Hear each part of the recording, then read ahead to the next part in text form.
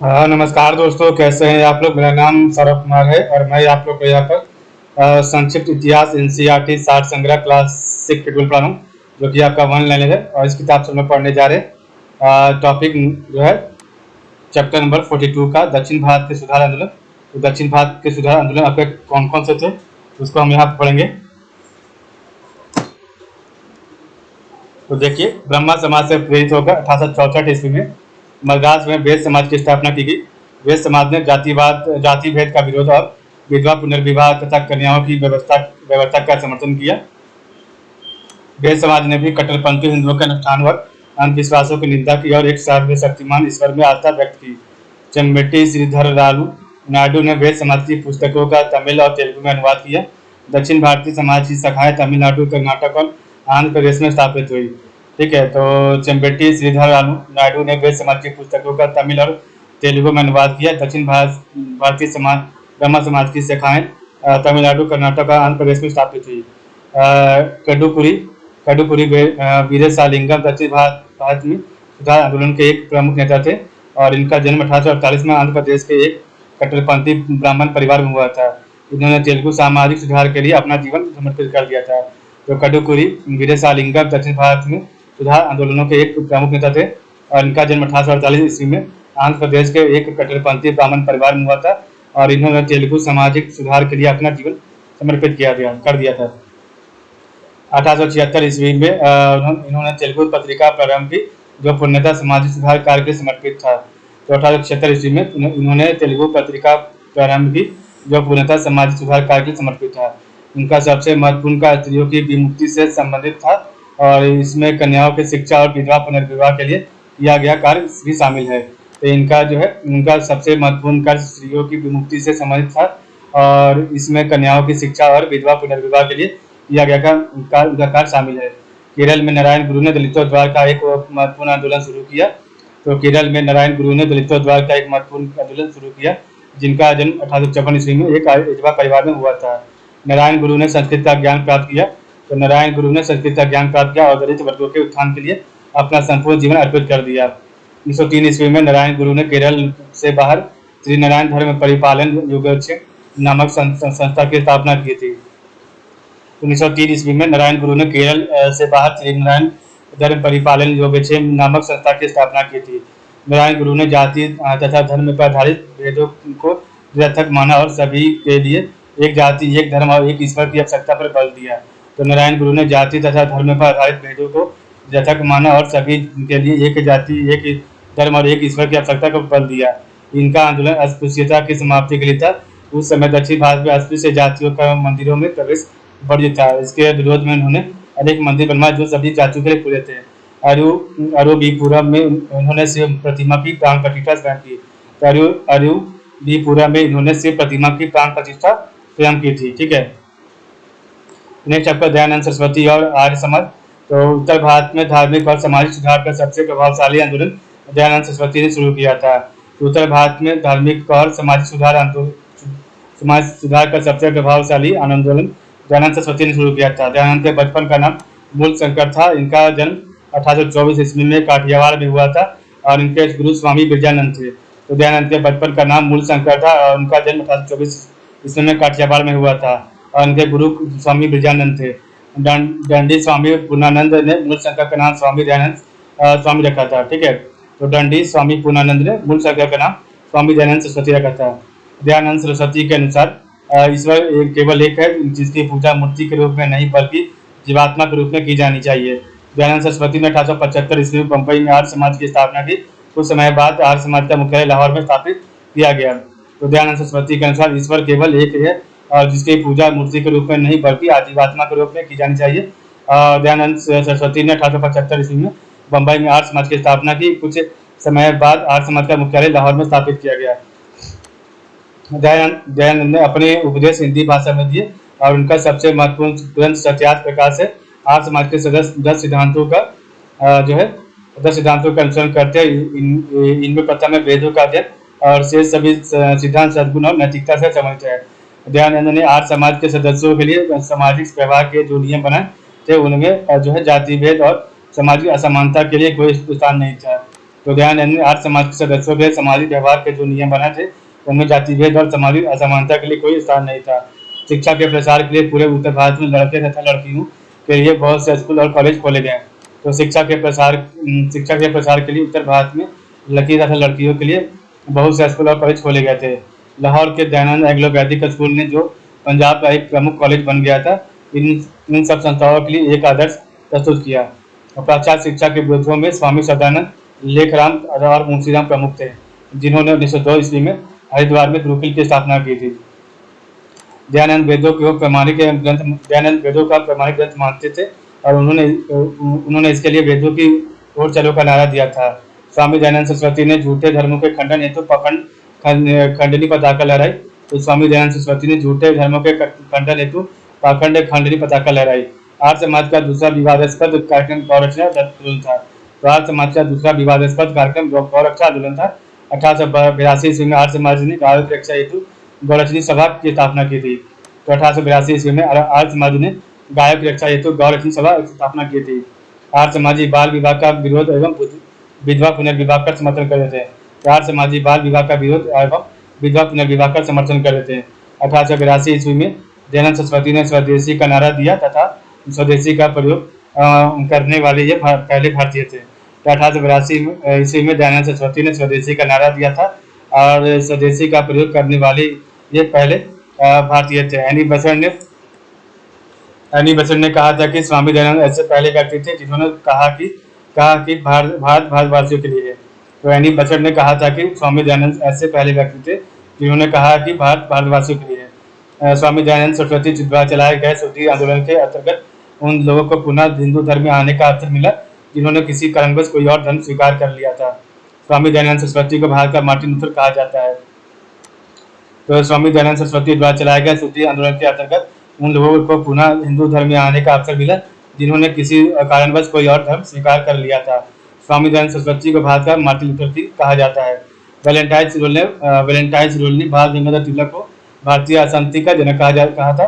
तो Valentine role ने बाल गंगाधर तिलक को भारतीय अशांति का जनक कहा था। ठीक है, यहाँ पर कुछ आपका देवा स्वामी दयानंद द्वारा लिखी गई महत्वपूर्ण रचनाएं। तो स्वामी दयानंद द्वारा लिखी गई महत्वपूर्ण रचनाएं क्या है? तो सत्यार्थ प्रकाश 1874 ईस्वी में, जो कि संस्कृत भाषा में थे।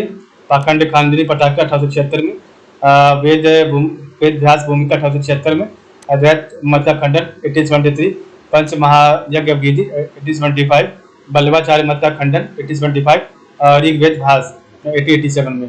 तो स्वामी दयानंद द्वारा लिखी गई ये महत्वपूर्ण रचनाएं है। तो सत्यार्थ प्रकाश, पाखंड खंडनी पताका, वेद भाष भूमिका, अद्वैत मत का खंडन, पंच महायज्ञ विधि, बल्लभाचार्य मत का खंडन और ऋग्वेद भाष। ठीक है, तो सत्यार्थ प्रकाश 1874, पाखंड खंडनी पताका 1866, वेद भाष भूमिका 1876, अद्वैत मत का खंडन 1873, पंच महायज्ञ विधि 1875, बल्लभाचार्य मत का खंडन 1875 और ऋग्वेद महाभारत 1887 में। ठीक है, रामकृष्ण मिशन ऑफ विवेकानंद। तो रामकृष्ण मिशन ऑफ विवेकानंद क्या है? तो रामकृष्ण परमहंस 1836 और 1886 ईस्वी में कलकत्ता के समीप स्थित दक्षिणेश्वर काली मंदिर के पुजारी थे। तो रामकृष्ण परमहंस 1836 और 1886 ईस्वी कलकत्ता के समीप स्थित दक्षिणेश्वर काली मंदिर के पुजारी थे। इनका प्रारंभिक नाम गदाधर भट्टाचार्य था। शंकर वेदांत से संबंध तोतापुरी ने उन्हें दीक्षित कर रामकृष्ण का नाम दिया था। तो इनका प्रारंभिक नाम गदाधर भट्टाचार्य था। शंकर वेदांत से संबंध तोतापुरी ने जो है दीक्षित कर रामकृष्ण का नाम दिया था। उस समय के प्राय सभी धर्म सुधारकों ने केशव चंद्र सेन और दयानंद रामकृष्ण से शिक्षा प्राप्त की थी। रामकृष्ण के उपदेशों के प्रचार तथा उन्हें व्यवहार में लाने के उद्देश्य से उनके प्रिय शिष्य विवेकानंद ने 1 मई 1897 में रामकृष्ण मिशन की स्थापना की थी। तो उस समय के प्राय सभी धर्म सुधारकों ने केशव चंद्र सेन और दयानंद रामकृष्ण से शिक्षा प्राप्त की थी। रामकृष्ण के उपदेशों के प्रचार तथा उन्हें व्यवहार में लाने के उद्देश्य से उनके प्रिय शिष्य विवेकानंद ने 1 मई 1897 में रामकृष्ण मिशन की स्थापना की थी।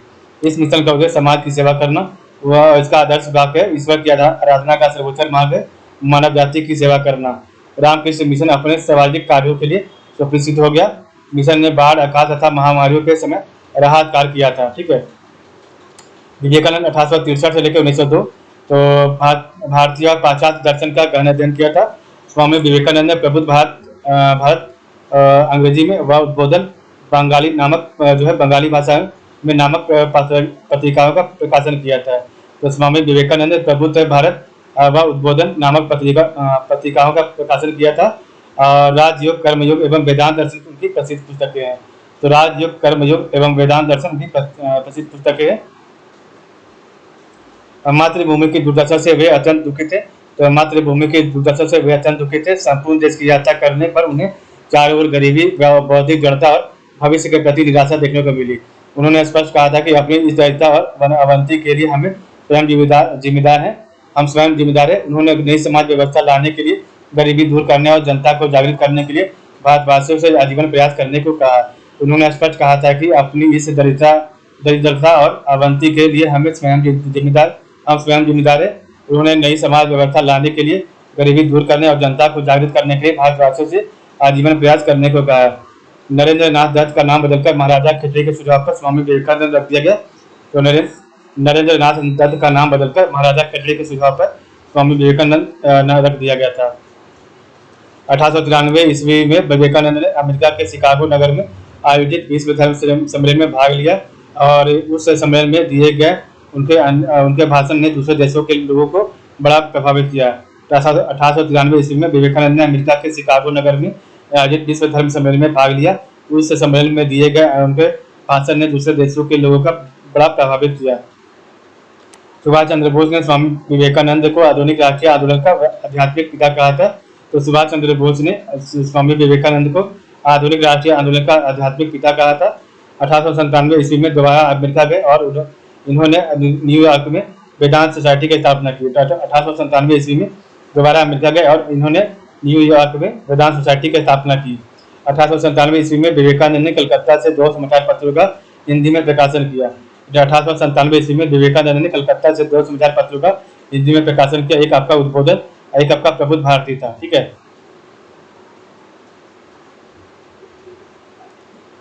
नेक्स्ट आपका मुस्लिम सुधार आंदोलन। तो मुसलमानों में धार्मिक एवं सामाजिक सुधारों की शुरुआत 19वीं शताब्दी के पूर्वार्ध में बरेली के सैयद अहमद और बंगाल के शरीयतुल्लाह आदि नेताओं के प्रयास से हुई। इन नेताओं का मानना था कि इस्लाम धर्म की विशेषता हाथ के कारण ही भारत अंग्रेजों का गुलाम बना। वे इस्लाम को सुधारने तथा मजबूत बनाने और इस्लामी शिक्षा की वृद्धि में अग्रसरित हुए। शरीयतुल्लाह किसानों के उत्थान के लिए बंगाल में शुरू किए गए फराइजी आंदोलन के नेता थे और उन्होंने मुसलमानों में व्यापक जातीय भेद की कुरीतियों की भी निंदा की। अंग्रेजी शिक्षा और उसके सामाजिक तथा आर्थिक लाभों से वंचित रहने के कारण भारतीय मुसलमानों में अधिक समय तक मध्यम वर्ग का उदय नहीं हो सका। कुछ प्रबुद्ध मुसलमानों ने अनुभव किया कि शासकों के साथ सहयोग की नीति अपनानी चाहिए। वे अंग्रेज शासकों की मदद से अपनी सामाजिक स्थिति सुधारना चाहते थे। आधुनिक शिक्षा के प्रचार के लिए और पर्दा प्रथा और तथा बहुपत्नी प्रथा जैसी सामाजिक बुराइयों को दूर करने के लिए कुछ आंदोलन भी प्रारंभ हुए। तो आधुनिक शिक्षा के प्रचार के लिए और पर्दा प्रथा तथा बहुपत्नी प्रथा जैसी सामाजिक बुराइयों को दूर करने के लिए कुछ आंदोलन भी प्रारंभ हुआ। 1863 ईस्वी में नवाब अब्दुल लतीफ 1828 से लेकर 1895 द्वारा स्थापित कलकत्ता के मुस्लिम साहित्य सभा मोहम्मदन लिटरेरी सोसाइटी ऐसा पहला संगठन था। इन्हें बंगाल का मुस्लिम पुनर्जागरण का पिता कहा जाता है। 1863 ईस्वी में नवाब अब्दुल लतीफ 1828 से लेकर 1895 ईस्वी द्वारा स्थापित कलकत्ता के मुस्लिम साहित्य सभा मोहम्मदन लिटरेरी सोसाइटी ऐसा पहला संगठन था और इन्हें बंगाल के मुस्लिम पुनर्जागरण का पिता कहा जाता है। ठीक है। नेक्स्ट आपका सैयद अहमद खान और अलीगढ़ आंदोलन। तो मुसलमानों में आधुनिक शिक्षा के प्रसार और समाज सुधार के ये सबसे महत्वपूर्ण आंदोलन सर सैयद अहमद खान शुरू किया था। सैयद अहमद खान 1817 से लेकर 1898 तक थे और इनका जन्म मुगल दरबार के एक परिवार में हुआ था। उन्होंने एक न्यायिक अधिकारी के रूप में ईस्ट इंडिया कंपनी की नौकरी की और 1857 ईस्वी के विद्रोह के दौरान वे ब्रिटिश सरकार के प्रति वफादार बने रहे। उन्होंने मुसलमानों के पुनरुत्थान के लिए अंग्रेजी शिक्षा अपनाने पर बल दिया। 1864 ईस्वी में उन्होंने अनुवाद समिति की स्थापना की, जिसे बाद में वैज्ञानिक समिति नाम दिया गया। इस समिति का कार्यालय अलीगढ़ में था और इसने विज्ञान तथा अन्य विषयों की अंग्रेजी पुस्तकों का उर्दू अनुवाद प्रकाशित किया। उनकी सबसे बड़ी उपलब्धि 1875 ईस्वी में अलीगढ़ में मोहम्मदन एंग्लो ओरिएंटल कॉलेज की स्थापना थी। यही कॉलेज 1920 में अलीगढ़ मुस्लिम विश्वविद्यालय बन गया। सैयद अहमद खान और मोहम्मदन एंग्लो ओरिएंटल कॉलेज से संबंधित मुस्लिम जागृति का यह आंदोलन अलीगढ़ आंदोलन के नाम से जाना जाता है। उन्होंने तहजीब उल अखलाक नामक पत्रिका के माध्यम से मुस्लिमों में पुनर्जागरण का प्रयास किया। तो उन्होंने तहजीब उल अखलाक नामक पत्रिका के माध्यम से मुस्लिमों में पुनर्जागरण का प्रयास किया।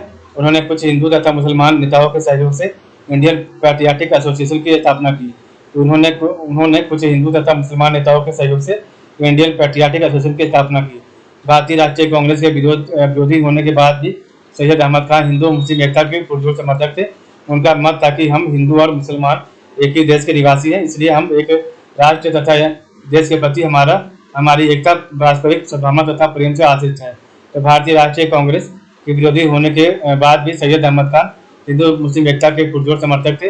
उनका मत था कि हम एक ही देश के निवासी हैं, इसलिए हम एक राष्ट्र तथा देश की प्रगति हमारी एकता वास्तविक सद्भावना तथा प्रेम पर आश्रित है। देवबंद आंदोलन 1866 ईस्वी में मोहम्मद कासिम नैनोतावी और अब्दुल रशीद गंगोही ने इस आंदोलन की स्थापना की थी। तो 1866 ईस्वी में मोहम्मद कासिम नैनोतावी और अब्दुल रशीद गंगोही ने इस आंदोलन की स्थापना की थी, देवबंद आंदोलन की। यह आंदोलन स्कूल परंपरा इस्लाम में विश्वास रखता था और इसका दृष्टिकोण अंग्रेजी व्यवस्था के विरुद्ध थी। साथ ही यह आंदोलन अलीगढ़ आंदोलन का विरोधी था। इस स्कूल के मौलवियों ने सैयद अहमद खान तथा उनकी संस्था संयुक्त भारतीय राजभक्त सभा के विरुद्ध फतवा जारी किया था। तो साथ ही यह आंदोलन अलीगढ़ आंदोलन का विरोधी था। इस स्कूल के मौलवियों ने सैयद अहमद खान तथा उनकी संस्था संयुक्त भारतीय राजभक्त सभा के विरुद्ध फतवा जारी किया था। इस आंदोलन से मौलाना अबुल कलाम आजाद आदि नेताओं का उदय हुआ और अबुल कलाम आजाद का जन्म मक्का में हुआ था। देवबंद शाखा ने कांग्रेस की स्थापना का स्वागत किया। इसके एक अन्य प्रमुख नेता महमूद उल हसन थे। तो इस आंदोलन से मौलाना अबुल कलाम आजाद आदि नेताओं का उदय हुआ। अबुल कलाम आजाद का जन्म मक्का में हुआ था। देवबंद शाखा ने कांग्रेस की स्थापना का स्वागत किया और इसके एक अन्य प्रमुख नेता महमूद उल हसन थे। अहमदिया आंदोलन। तो अहमदिया आंदोलन की स्थापना 1889 में मिर्जा गुलाम अहमद ने की थी। तो अहमदिया आंदोलन की स्थापना 1889 में मिर्जा गुलाम अहमद 1838 से लेकर 1909 ने की थी और 1889 ईस्वी में मिर्जा गुलाम अहमद ने मसीहा तथा महदी दीने के बाद धरती पर हिंदू देवता कृष्ण और ईसा मसीह का अवतार होने का दावा किया। तो 1889 ईस्वी में मिर्जा गुलाम अहमद ने मसीहा तथा महदी दीने के बाद धरती पर हिंदू देवता कृष्ण और ईसा मसीह का अवतार होने का दावा किया। गुलाम अहमद तो मिर्जा गुलाम अहमद पश्चिमी उदारवाद ब्रह्म विद्या और तथा हिंदुओं के धार्मिक सुधार आंदोलन से अत्यधिक प्रभावित थे।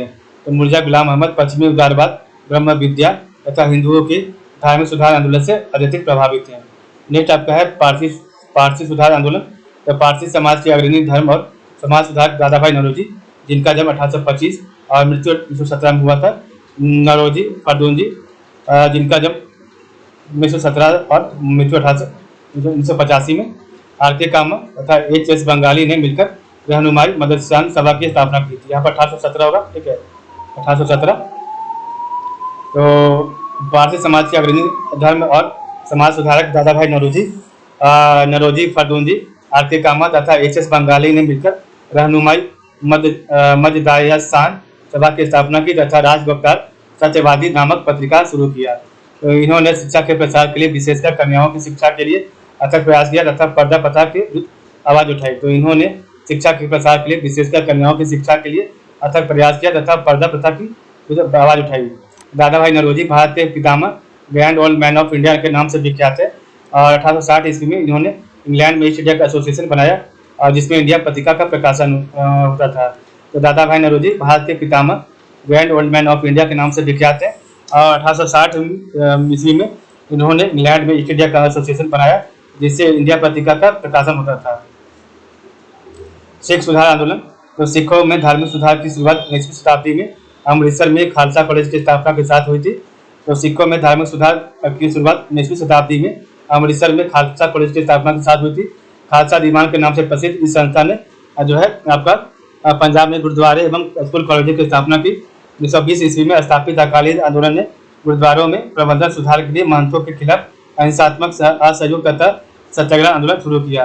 1920 ईस्वी में स्थापित अकाली आंदोलन ने गुरुद्वारों में प्रबंधन सुधार के लिए महंतों के खिलाफ अहिंसात्मक असहयोग तथा जो है सत्याग्रह आंदोलन शुरू किया। 1922 ईस्वी में सिख गुरु द्वारा अधिनियम पारित हुआ और 1925 ईस्वी में अधिनियम को संशोधित किया गया। यह आंदोलन सिख धर्म में प्रचलित हिंदू रीति रिवाजों को खत्म करने के लिए चलाया गया था। 1922 ईस्वी में सिख गुरुद्वारा अधिनियम पारित हुआ और 1925 ईस्वी में अधिनियम को संशोधित किया गया। यह आंदोलन सिख धर्म में प्रचलित हिंदू रीति रिवाजों को खत्म करने के लिए चलाया गया था। नेक्स्ट आपका निम्न जाति सुधार आंदोलन। 1924 ईस्वी में भीमराव अंबेडकर ने बंबई में दलित संस्थान बहिष्कृत हितकारिणी सभा की स्थापना की थी। 1924 ईस्वी में भीमराव अंबेडकर ने बंबई में दलित संस्थान बहिष्कृत हितकारिणी सभा की स्थापना की थी। इसका उद्देश्य स्वर्ण हिंदुओं तथा अछूतों में सामाजिक समानता के सिद्धांत का प्रचार करना था और इसलिए भीमराव अंबेडकर ने समाज समता संघ की स्थापना की थी। तो 1924 ईस्वी में भीमराव अंबेडकर ने बंबई में दलित संस्थान बहिष्कृत हितकारिणी सभा की स्थापना की थी। इसका उद्देश्य स्वर्ण हिंदुओं तथा अछूतों में सामाजिक समानता के सिद्धांत का प्रचार करना था और इसलिए डॉक्टर भीमराव अंबेडकर ने जो है समाज समता संघ की स्थापना की थी। 1942 ईस्वी में अंबेडकर ने अनुसूचित जाति परिषद की स्थापना की। निम्न जाति में पैदा हुए अंबेडकर जीवन भर जाति प्रथा तथा छुआछूत के विरुद्ध लड़ते रहे। 1942 ईस्वी में अंबेडकर ने अनुसूचित जाति परिषद की स्थापना की। निम्न जाति में पैदा हुए अंबेडकर जीवन भर जाति प्रथा तथा छुआछूत के विरुद्ध लड़ते रहे। इन्होंने all India depressed classes association अखिल भारतीय दलित वर्ग संघ की स्थापना की थी। तो इन्होंने all India depressed class association अखिल भारतीय दलित वर्ग संघ की स्थापना की थी। ठीक है, और 1942 में अंबेडकर ने अनुसूचित जाति परिषद की स्थापना की। ठीक है, इस प्रकार हमारा जो चैप्टर आज का है यहीं पर हम समाप्त करेंगे। ठीक है, तो आज के लिए यही, कल हम आपका जो है आपका जितना भी यहाँ पर डायग्राम दिया गया, चार्ट दिया, उसको कल पढ़ेंगे। ठीक है, आज के लिए बस इतना ही। आप लोग का बहुत बहुत धन्यवाद।